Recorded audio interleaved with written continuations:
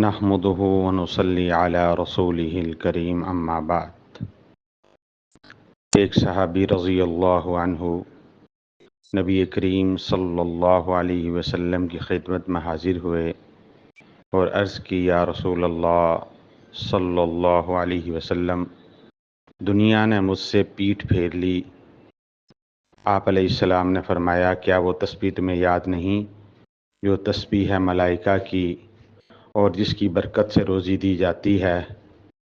خلق دنیا آئے گی تیرے پاس ذلیل و خوار ہو کر، طلوع فجر کے ساتھ 100 بار کہا کر سبحان اللہ وبحمدہ، سبحان اللہ العظیم وبحمدہ، استغفر اللہ۔